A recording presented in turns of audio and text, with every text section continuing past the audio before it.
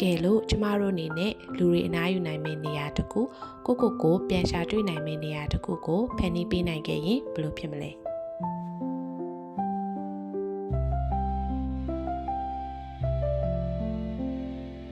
ပထမဆုံးနှစ်မှာသင်ယူရရှိမှုအနေနဲ့ကျမတို့အတွက်အရာရာကထင်တယ်လို့ဖြစ်မလာဘူးဆိုရင်တော့မှ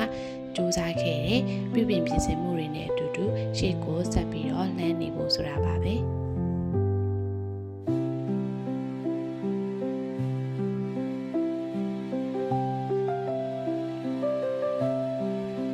mental awareness ဆိုတာသင်ယူမှုတစ်ခုတည်းမဟုတ်ပဲကိုယ်တိုင်လက်တွေ့ဖြတ်သန်းကြည့်တာခံစားကြည့်တာပြီးတော့ကိုပြန်လည်ရှာဖွေတွေ့ရှိတာမျိုးပဲဖြစ်ပါတယ်